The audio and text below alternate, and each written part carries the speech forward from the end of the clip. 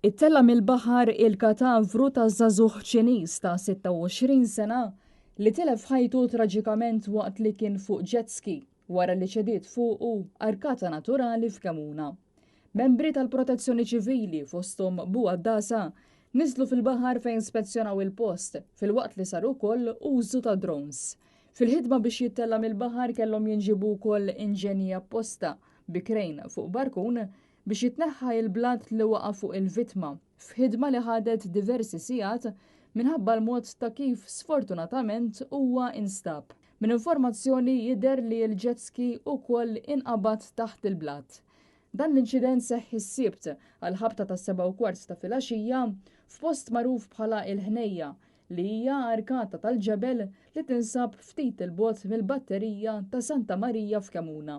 Fil-post issejħu l-Pulizija u l-membri mid-Dipartiment tal-Protezzjoni Ċivili sabiex jassistu. U minn stħarriġ preliminari li sar irriżulta li l-inċident seħħ meta Amerikan ta' 32 sena kien ser jaqbes minn fuq arkata li ġarfet bih. Bil-blat jiġi fuq jet ski li dak il-ħin kien għaddej minn taħta.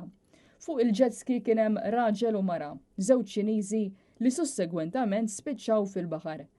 Fil-waqt li l-Amerikan ittela mill-baħar minn lanċa privata u iddaħħal fil-port tal-Imġar fejn hemmhekk ingħata l-għajnuna medika u ma marx l-isptar.